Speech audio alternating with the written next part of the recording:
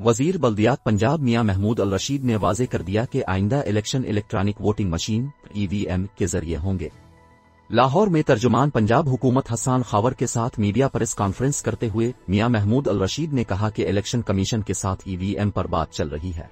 EVM के जरिए इंतखाबात में शफाफियत यकीनी बनाएंगे। बाइख्तियार मकामी हुकूमतों का निज़ाम कायम किया जा रहा है। हमारा एक्ट और ऑर्डिनेंस माजी से मुख्तलिफ है। अपोजिशन एक्ट को पड़ेगी तो जरूर तहसीन देगी। लाहौर में PTI के लॉर्ड मेयर से मुताल्लिक मियां महमूद अल रशीद ने कहा कि लॉर्ड मेयर के लिए पार्टी ने किसी का नाम तय नहीं किया, अभी तक गौर जारी है। तर्जुमान पंजाब हुकूमत हसन खावर ने कहा कि पंजाब में बल्दियाती कवानीन से मुताल्लिक कानून साजी हो रही है। ये सूबा पंजाब के लिए एक तारीखी कानून साबित होगा। बल्दियाती इदारे खुद अवाम के मसाइल हल करेंगे। लोकल गवर्नमेंट में ताजिर तबके को भी खुसूसी जगह दे रहे हैं। लोकल गवर्नमेंट में मुआशरे के हर तबके का नुमाइंदा लिया गया है। वजीर बल्दियात मियां महमूद अल रशीद ने कहा कि देहात में 3000 से जायद विलेज काउंसिल्स कायम होंगी। पंजाब की तारीख में पहली दफा अवाम अपने नुमाइंदे बरा रास्त मुंतखब करने जा रहे हैं। इस्लामाबाद में ये इलेक्शन EVM पर होने जा रहे हैं, जबकि कोशिश होगी कि पंजाब में भी EVM पर ही हो।